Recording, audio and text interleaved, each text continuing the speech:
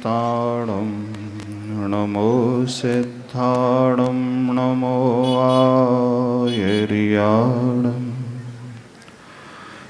नमो वज्रायाणं नमो लोय सवसाहूणं।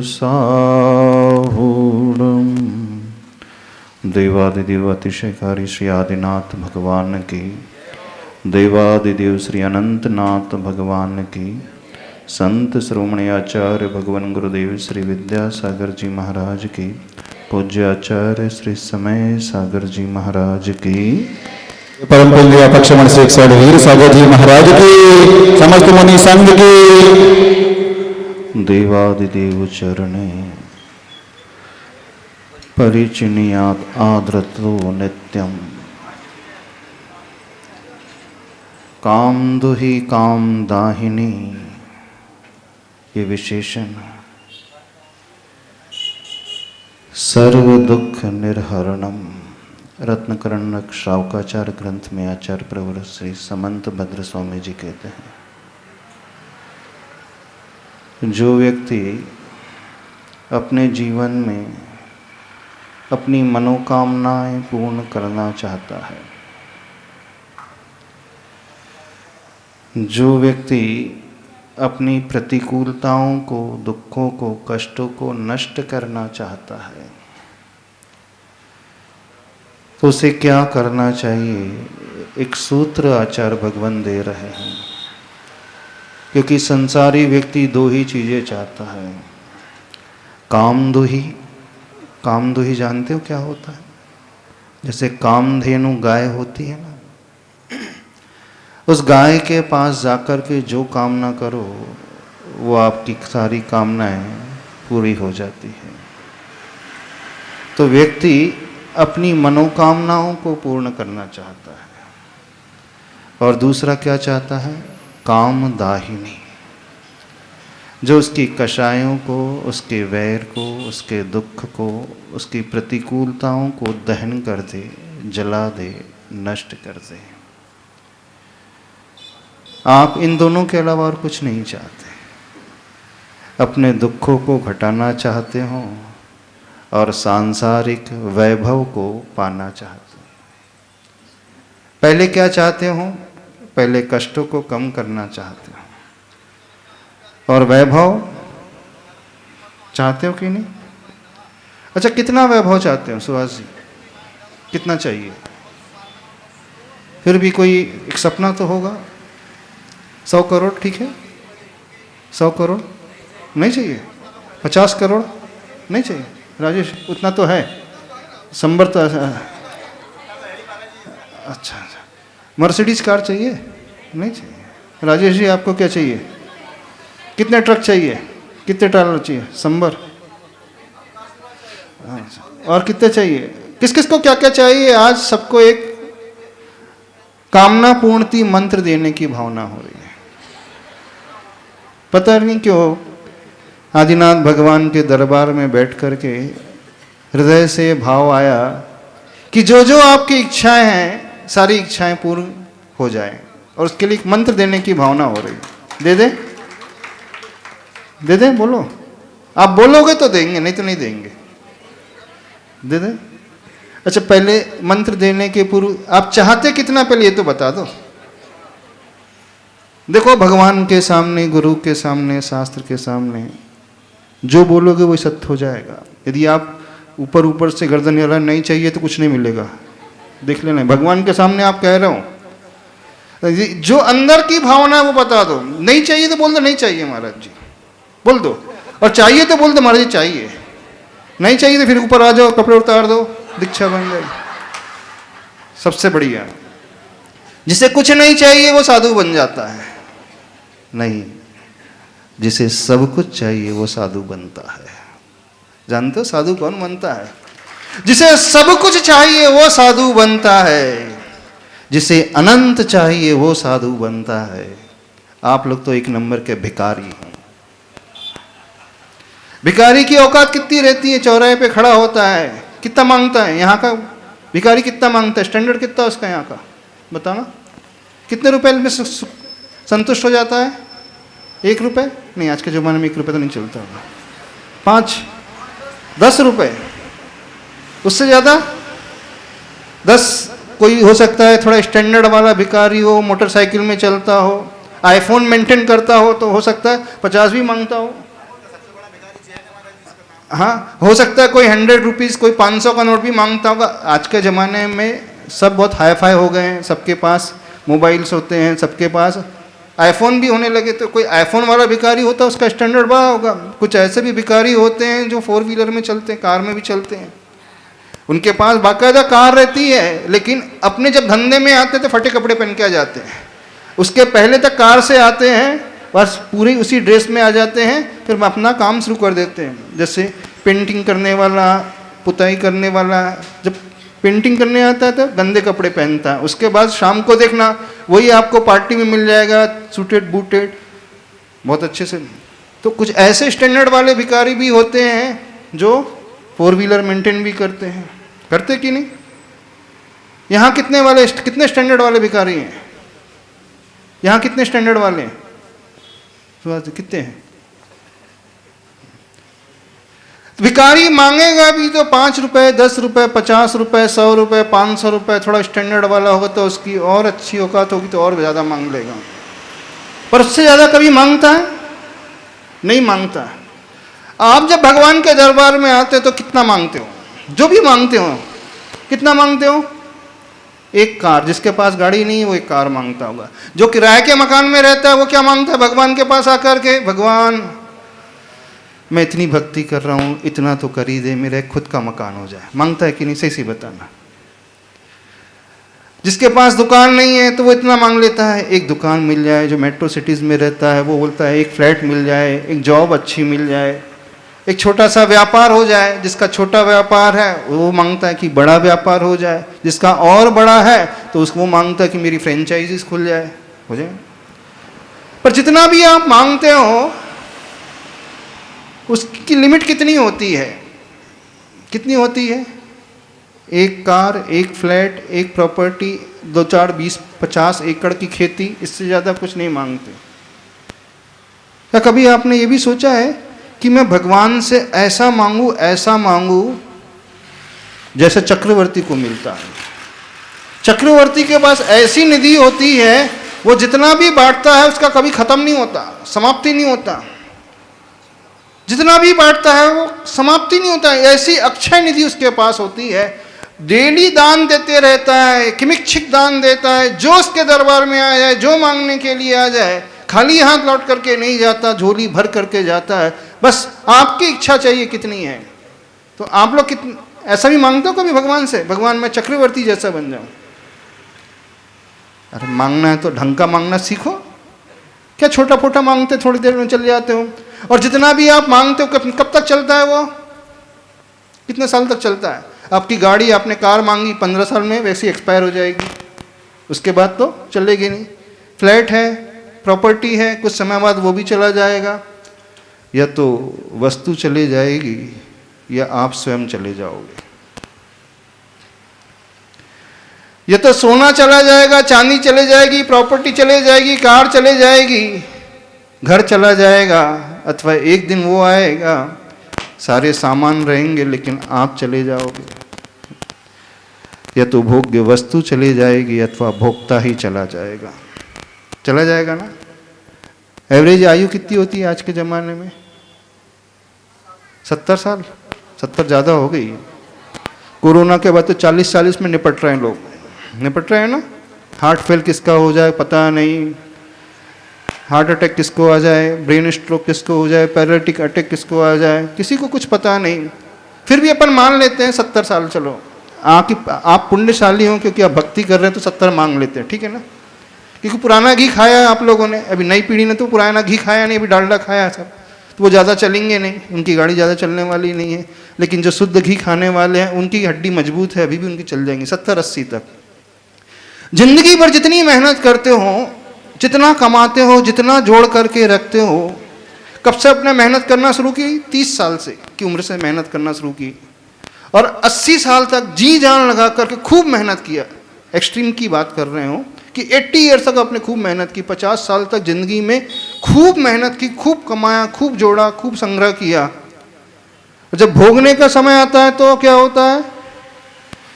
बूढ़ा हो जाता है व्यक्ति, खा नहीं पाता है, डायबिटिक पेशेंट वो हो गया है, कोलेस्ट्रॉल लेवल बढ़ चुका है, 3 नली चौक हो चुकी है, एक बार नहीं 2 बार बाईपास हो चुकी है, तब कुछ खा सकता नहीं, घी नहीं खा सकता, तेल नहीं खा सकता, डायबिटीज है इसका तो शुगर नहीं खा सकता, डॉक्टर ने मना किया, और हाई बीपी हो जाता है तो नमक भी कम कर दिया है, तो नमक खा नहीं सकते, मीठा खा नहीं सकते, घी तेल ले नहीं सकते, अब क्या खाना है?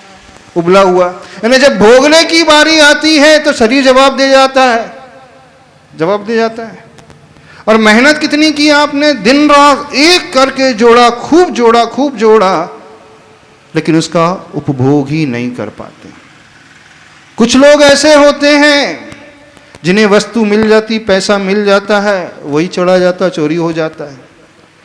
यानी थोड़ा सा बनियागिरी दिखाना सीखो, थोड़ा दिमाग लगाना सीखो। इतनी मेहनत के पश्चात जो पाया वो कब तक साथ देता है, और जो आप मांगते हो वो बहुत लिमिटेड मांगते हो। तो एक तरीका आपको बताते हैं मांगने का भगवान से, ऐसा मांगना कि जो कभी समाप्त ना हो। कैसा रहेगा? और ऐसा मांगना कि मैं भी कभी मरूं ना। दोनों ही चीज है, भोग्य वस्तु भी समाप्त ना हो और भोक्ता भी मरे ना कभी, तब तो सही फायदे का सौदा है। सही फायदे का सौदा क्या है? हम भी मरे ना, और जितना भी प्रॉपर्टी धन दौलत है कभी हमसे छूटे ना। तो रास्ता बता दे। ऐसा कौन मांगता है? ऐसा सिर्फ साधु मांगता है। साधु भी मेहनत करता है, आप भी मेहनत करते हो, साधु भी तपस्या करते हो, आप भी तपस्या करते हो। साधु को जो मिलता है वो अनंत को लिए हुए मिलता है, क्योंकि अनंतनाथ भगवान के चरण छांव में आप बैठे हैं। और आप लोगों को जो मिलता है वो अंत को लिए हुए मिलता है, वो ने समाप्त हो जाता है। तो क्यों ना ऐसा मेहनत की, ऐसा पुरुषार्थ किया जाए, ऐसी मेहनत की जाए जो हमें मिले वो कभी समाप्त ही ना हो। तो कौन सा अच्छा सौदा रहेगा बताओ सुभाष जी? कौन सा अच्छा, हमारा कि आपका? हाँ देखो, तब तो हम भी करते हैं, आप भी तब कर रहे हो। आप डॉक्टर के कहने पे तपते हो, आप मीठा नहीं खा सकते, नमक नहीं खा सकते, घी तेल नहीं खा सकते, डॉक्टर ने मना किया है। और साधु भी त्याग देते हैं, करते हो कि नहीं? डॉक्टर ने बोला एक टाइम से ज़्यादा खाना नहीं तो वैसे भी क्या है, इंटेस्टाइन है वैसी वो और फंस जाएंगी, उलझ जाएंगी तो और परेशानी हो जाएगी। तो आप भी एक ही टाइम खाते हो, और शाम को है बॉइल्ड लेना है, सूप लेना है, सब्जी लेना, उससे ज़्यादा लेना नहीं, डॉक्टर ने बोल कर रखेगा। साधु का भी आहार ऐसी है, ठीक है ना? साधु उसे स्वेच्छा से करता है, और आप लोग डॉक्टर के डर से करते हो। तो सहन तो आप भी कर रहे हो, सहन हम भी कर रहे हैं। इतना सहन करने के बाद आपको जो मिलेगा उसकी लाइफ, भोगने की लाइफ 2, 4, 20 साल, बस से ज़्यादा नहीं। और साधु को जो मिलेगा उसकी लाइफ कितनी है? एक बार वो साधु भगवान बन जाएगा तो उनका सुख कभी समाप्त नहीं होगा। उनका सुख जो है अनंत काल के लिए रहता है। उनके सुख की क्वालिटी जो है एक्सट्रीम बेस्ट क्वालिटी होती है। उनका ड्यूरेशन अनंत काल का, उनकी क्वांटिटी वो भी अनंतता को लिए हुए थे। कौन सा सौदा फायदे का हुआ? साधु का कि श्रावक का? बोलो, जोर से बोलो। हाँ, तो कितने लोग साधु बनने को तैयार है? कोई तैयार नहीं। अरे बनियागिरी सिखा रहे हैं आपको। हाँ, अभी नहीं, हम साधु बनने को। भाव तो करो, कंजूसी क्यों कर रहे हो? भाव करना सीखो तो सही एक बार अपने जीवन में। एक बार अंदर में परिणाम तो लेकर के आओ। जैसे आप अपने सपने देखते हो ना कि मेरे पास एक गाड़ी होना चाहिए, कार होना चाहिए, आईफोन होना चाहिए, तो एक सपना ये भी देखना, हे भगवान मेरे पास एक बार ही सही, एक दिन के लिए सही है, मयूर पिच्छी आ जाए, ये सपना भी तो देखो। मरने के पूर्व मेरे हाथों में ये संयम उपकरण आ जाए, जब इस तन को मैं छोड़ूं, प्राण इस तन से विसर्जित हो, तो मेरे हाथों में ये मयूर पंख की मयूर पिच्छिका हो, जिससे मैं जीवों की रक्षा करूं। यह सपना भी देखना सीखो। जिसने अपने जीवन में यह सपना देखना सीख लिया, वो आज नहीं तो कल, इस भव में ना सही अगले भव में, भजन गाते ना, इस भव में सही पर भव में मिलता है अपने अपने कर्मों का फल सबको मिलता है, तो हम कह रहे हैं इस भाव में ना सही पर भाव में मिलता है, अपनी अपनी भावना का फल सबको मिलता है। बस शर्त ये होना चाहिए कि वह अंतरंग से भावना भाने वाला हो जाए, अंतरंग से सोचने वाला हो जाए। लेकिन आप लोगों ने जो सोचा है ना, चौराहे के भिखारी की भांति सोचा, उससे ज्यादा कुछ नहीं। वो 10 रुपए में संतुष्ट हो जाता, 50 रुपए में आप मांगते भी है तो एक फ्लैट मांगते हो, गाड़ी मांगते हो, कार मांगते हो, ट्रक मांगते हो, इससे ज्यादा कुछ मांगते ही नहीं। एक पोता मांग लेते हो, पोती मांग लेते हो, इससे ज्यादा कुछ मांगते ही नहीं। नौकरी मांग लेते हो, व्यापार मांग लेते हो, इससे ज्यादा कुछ मांगते ही नहीं। तो मांगना कुछ ऐसा सीखो कि जो हमारे पास आ जाए तो कभी हमसे छूटे ना। ये सही बनियागिरी कहलाती है। और आप सभी बनिया हो कि नहीं? यहाँ पे सारे के सारे बिजनेस क्लास हो, बिजनेसमैन ही हो मैक्सिमम लोग। तो सही बनिया बनना सीखो, प्रभु के आगे ऐसी भक्ति करना सीखो, उसका रास्ता है। आचार्य भगवान कहते हैं, देवादिदेव चरणे परिचरणम सर्व दुख निर्हरणम काम दुहि काम दाहिनी परिचुनियात आद्रतो नित्यम। यानी 3 लोक के नाथ के चरणों की ऐसी भक्ति करो। वो भक्ति कैसी है? सर्व दुख निर्हरणम, समस्त दुख को नष्ट करने वाली है। और काम दुही, यानी जो आप कामना करो वो सारी की सारी कामना पूर्ण होने वाली है। लेकिन कंडीशन है, भिखारी बनकर कामना नहीं करना। भिखारी बनकर के कामना करोगे तो उतना ही मिलेगा। कि भिखारी की औकात इतनी होती है, 10 रुपए से ज्यादा मांग ही नहीं सकता। आप भगवान के पास आते हो, इससे ज्यादा मांगते ही नहीं है। हमने किसी को नहीं देखा कि मांगते हो कि भगवान मुझे चक्रवर्ती जैसा वैभव मिल जाए ताकि मेरी संपदा कभी समाप्त ना हो, मेरे द्वार पर जो आए कभी खाली हाथ लौट करके ना जाए। किसी ने ऐसा मांगा भगवान से? मेरे द्वार पे जो भी मांगने के लिए आए, जो इच्छा लेकर के आए, सारी इच्छाएं मैं उसकी पूरी कर दूं। मेरा हाथ हमेशा ऊपर उठा रहे, मेरे हाथ में जो आए मैं सबको बांटता चलूं। एक बार दूसरों के लिए मांगना सीखो। एक बार ये भाव लाना सीखो कि मैं दूसरों की सारी जरूरतें पूर्ति कर दूं, सारे कष्ट दूर कर दूं, कभी अपने लिए मांगने की आवश्यकता नहीं पड़ेगी। ये कहलाती है सही प्रभु की भक्ति, ये कहलाता है सही प्रभु का समर्पण। लेकिन आप भिखारी की औकात से आगे बढ़ते ही नहीं है। बस अंतर है कि भिखारी का स्टैंडर्ड अलग अलग है। किसी का 10 रुपए का है, किसी का 1 कार का है ना। बच्चा होता है ना, बच्चा एक चॉकलेट चाहता है, आप बड़े हो गए तो आपकी चॉकलेट का साइज बड़ा हो गया। बच्चे जो खिलौने वाली कार चाहता है, आप क्या है मर्सिडीज चाहते हो, आपकी कार बड़ी हो गई। बच्चा जो है खिलौने वाला घर चाहता है, आपका घर फ्लैट वाला हो गया। तो उम्र के साथ साथ आपकी इच्छाएं बड़ी हो गई। लेकिन इच्छाएं ऐसी बड़ी करना सीखो जैसी इच्छा साधु परमेष्टि करते हैं, जैसी इच्छा आचार्य भगवान करते हैं। वे भी कामना करते भगवान के पास। हम लोग ऐसी साधु नहीं बने, हमारे मन में भी भाव होते हैं, हमको भी चाह है। ऐसा नहीं साधु चाह से रहित नहीं होता कभी। साधु की चाहत बहुत बड़ी होती है, साधु की कामना बहुत बड़ी होती है। उनकी कामना अनंत को लिए हुए, इन्फिनिटी को लिए हुए होती है। और आप लोगों की कामना भिखारी की को लिए हुई होती है। बस यही अंतर है। तो थोड़ा सा आज भगवान के सामने एक नियम लेना सबको। कौन सा नियम लेना है? मैं भिखारी नहीं बनूंगा। क्या नियम लेना है? मैं भिखारी बनकर के भगवान के आगे हाथ नहीं फैलाऊंगा। यदि मैं भिखारी बनूंगा तो सबसे बड़ा भिखारी बनूंगा। कौन सा भिखारी? जैसे आचार्य भगवान है, उनकी कामना सबसे बड़ी कामना। वो किसे चाहते हैं? वो किसे चाहते हैं? जिन गुण संपत्ति हो मध्यम। हम लोग क्या भावना भाते भगवान के पास आकर के, भगवान आपकी जितनी संपत्ति वो हमारी हो जाए। बेटा क्या भावना भाता है पिता के पास? बेटे का नाम क्या है सुहास जी? हाँ, सात्विक क्या भावना भाता है? सुहास जी की सारी प्रॉपर्टी मेरी हो जाए। ये भावना होती कि नहीं? पुत्र की भावना होती है पिता के पास जो भी है मेरा हो जाए। तो जो सच्चे संतान होते हैं जिनेंद्र भगवान के, उनकी क्या भावना होती है? जिनेंद्र भगवान के जितनी संपत्ति है जितने गुणों की संपत्ति है वो हमारी हो जाए, तो जो गुण उनके पास है, जो संपत्ति उनके पास है, वही संपत्ति उस भक्त के पास आ जाएगी, उस साधु के पास आ जाएगी। भगवान के पास कितनी है? तो अनंत है, तो साधु के पास भी अनंत हो जाएगी। जब प्रभु की संपत्ति मिल जाएगी तो प्रभु की संपत्ति कभी समाप्त नहीं होगी। वे स्वयं एक दिन प्रभु जैसे बन जाएंगे। तो मांगना है तो क्या मांगना? भगवान आप जैसी संपत्ति, जैसा सिंहासन आपका है मेरा सिंहासन भी वैसी होना चाहिए। जैसे छत्र आपके हैं मेरे छत्र भी वैसी चाहिए। जैसा भामंडल आपका है कुछ कम नहीं, कॉम्प्रोमाइज बिल्कुल नहीं करना।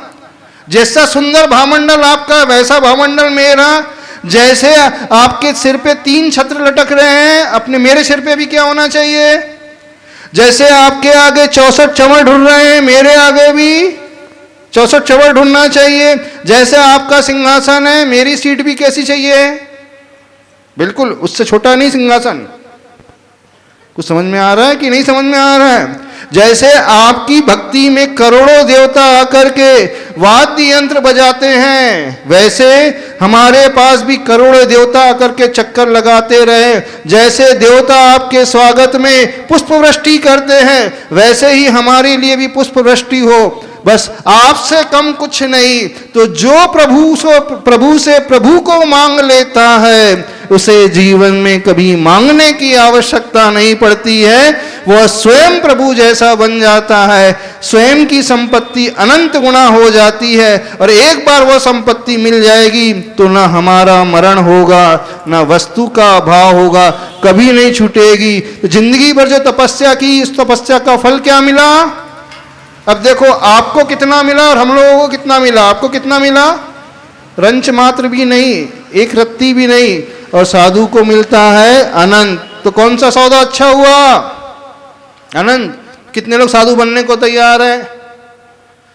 या तो भगवान से कुछ मांगना नहीं, 2 कंडीशन दे रहे हैं, 2 चीज। या तो भगवान से कुछ भिखारी बनकर के मांगना नहीं, क्योंकि आपकी औकात इससे ज्यादा है नहीं। या तो मांगना तो पूरा उन जैसा ही मांग लेना। क्या करोगे? मांगोगे? कुछ नहीं मांगोगे। हम मांगने के लिए मना नहीं कर रहे, दिल खोल करके मांगो। जितना मांग सकते हो, जितनी सोच बड़ी कर सकते हो उतनी सोच बड़ी करो, दिल खोल करके। लेकिन शर्त इतनी है, वो कभी समाप्त नहीं होना चाहिए। तब तो सही पुरुषार्थ हुआ है, तब तो सही जीवन जिया है, तब तो सही भक्ति की है। तो प्रभु की भक्ति कैसी हो जाती है? सर्व दुख निर्हरणम, समस्त दुखों को समाप्त करने वाली और काम दुही, जो हम कामना करेंगे समस्त कामनाओं को पूर्ण करने वाली हो जाएगी। तो आप लोग चाहते हो ऐसी भक्ति करना? चाहते हो? आप लोग 3 दिन भक्ति करते हो, शायद यहाँ के लोग वर्ष में 3 ही दिन भोजन करते हैं, ऐसे ही है ना? अच्छा नहीं, भूल गए, 10 दिन और भी करते हैं। 10 लक्षण धर्म में भी 10 दिन भोजन करते हैं। वैसे सब जगह 10 दिन उपवास करते हैं, आप लोग 10 दिन भोजन और 10 दिन पूजन करते हैं। और जब कोई विधान होता है तो 3 दिन पूजन 3 दिन भोजन करते हो, बाकी ना पूजन ना भोजन, ऐसे ही है।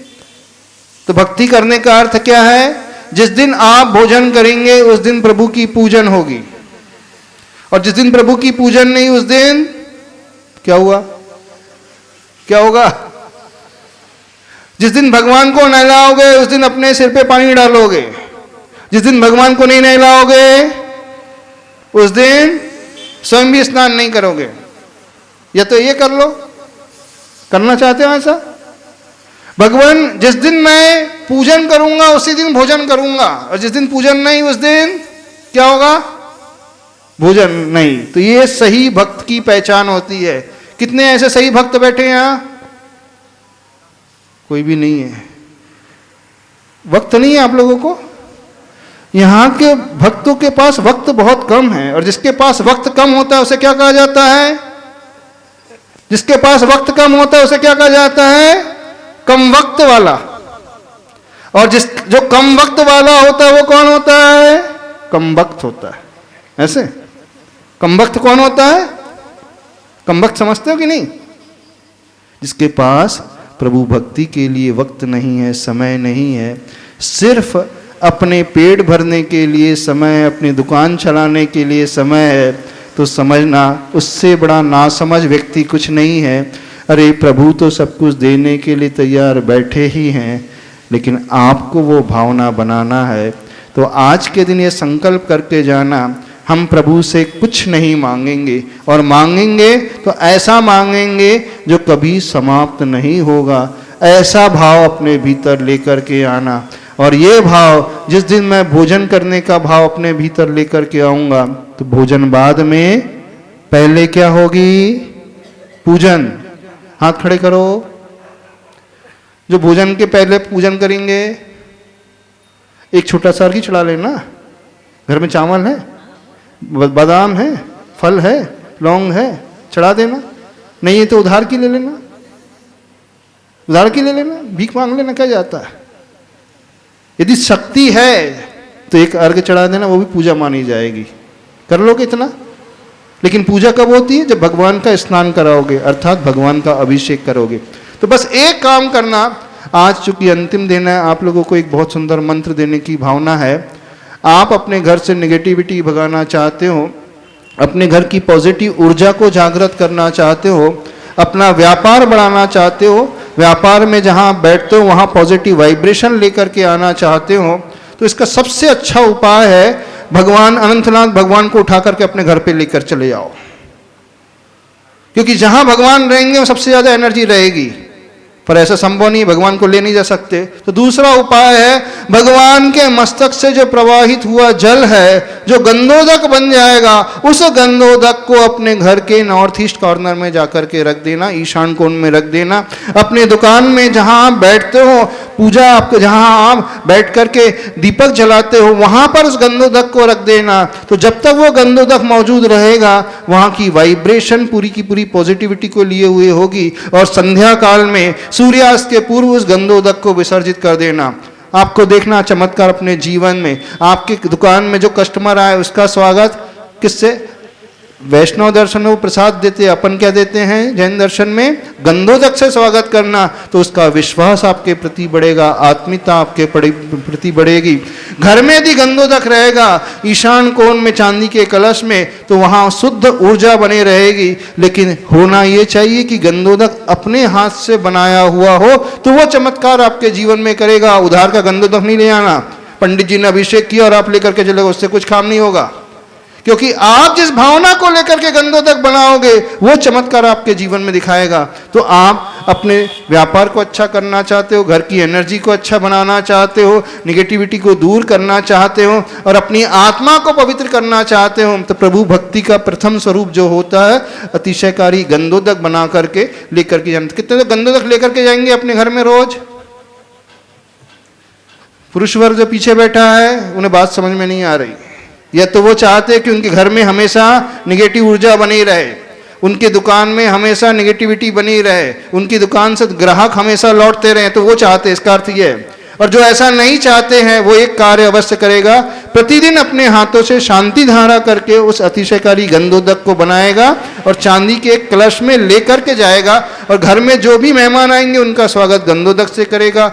शॉप आदि में बैठा है तो कस्टमर का स्वागत गंधोदक से करेगा। फिर आप उसके जीवन में, अपने जीवन में एक बहुत ही बड़ा परिवर्तन पॉजिटिविटी को लिए हुए देखोगे। तो बात समझ में आ गई?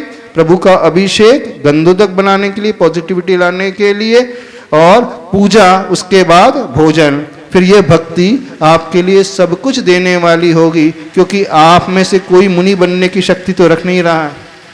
आप सिर के बाल तो उखाड़ नहीं पाओगे, दूसरा कोई उखाड़ देगा तो चल जाएगा आपको, बीवी उखाड़ तो चल जाएगी आपको, लेकिन स्वयं नहीं उखाड़ पाओगे, इतनी शक्ति है नहीं।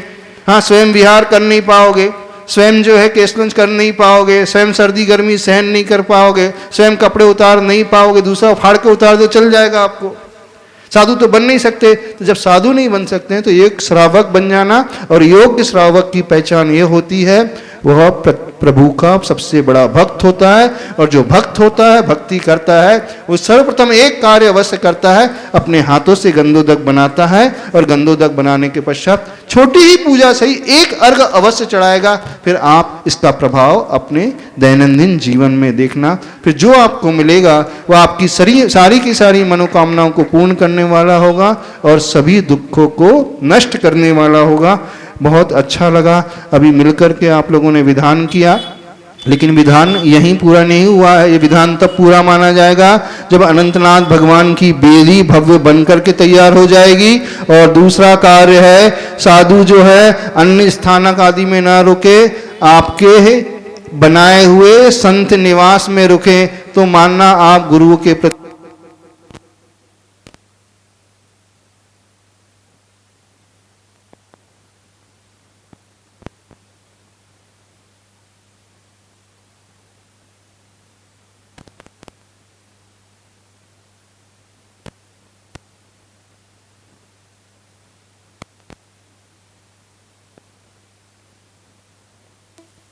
एक बात और, तो अभी जो बताया अभिषेक गंधोदक बनाना है, अभिषेक करना है और कलश लेकर के जाना है। कितने लोग गंधोदक लेकर